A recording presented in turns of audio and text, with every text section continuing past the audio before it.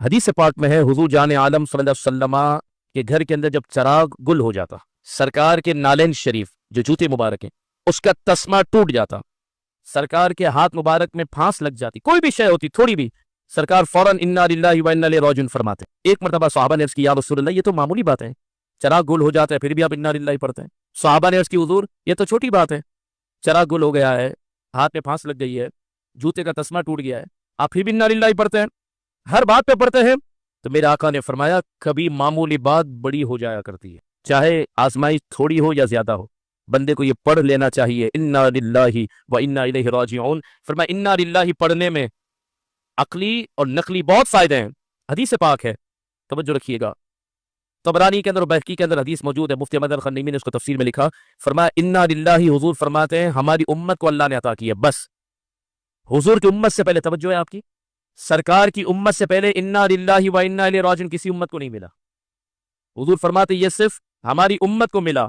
اس سے پہلے انبیاء کو بھی یہ نہیں ملا۔ اور امام حسین فرماتے ہیں، روایت کرتے ہیں کہ جب پرانی مصیبت یاد آ جائے، کبھی کبھی پرانی مصیبت یاد آ جاتی ہے، تب بھی بندہ انا للہ پڑھ لے تو اللہ اس کو نرم صبر کرنے کا ثواب عطا فرما دے گا۔ جو شخص مصیبت پر انا للہ پڑھے تو اللہ تبارک و تعالی ثواب کے علاوہ ثواب تو دے گا، جو اس کی نعمت اللہ نے لی ہے نا، یا تو وہی نعمت لوٹا دے گا یا اس سے بہتر نعمت عطا فرما دے گا۔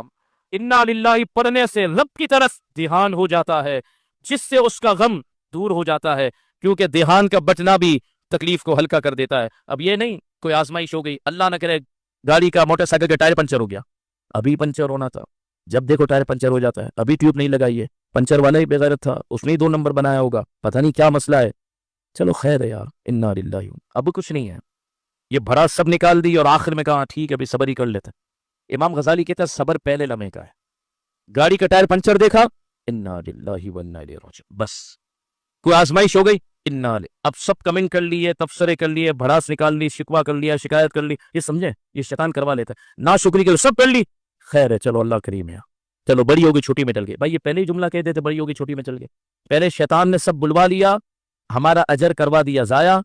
اب ہم نے اپنے دل کو مطمئن کرنے کے لیے کہہ دیا ٹھیک ہے بڑی ہوگی تو چھوٹی ہو گئی۔ اس لیے یہ امتحان ہوتا ہے، آزمائش پہنچی اسی لمحے بندہ صرف اپنے منہ سے انا للہ و انا الیہ راجعون کہہ دے۔ فرمایا انا للہ پڑھنے سے شیطان مایوس ہو جاتا ہے، اس کو وہاں سے بھاگنا پڑتا ہے، اور جو بندہ ہائے شکوہ شکایت کرتا ہے تو جب تک وہ یہ کر رہا ہوتا ہے شیطان اس کے ساتھ شامل ہوتا ہے۔ فرمایا انا للہ جب بندہ زبان سے کہتا ہے تو اس کے دل میں اچھا اعتقاد ہوتا ہے اور وہ اپنے رب کی تقدیر پر راضی رہتا ہے۔ فرمایا یہ چیز ہے انسان کو اس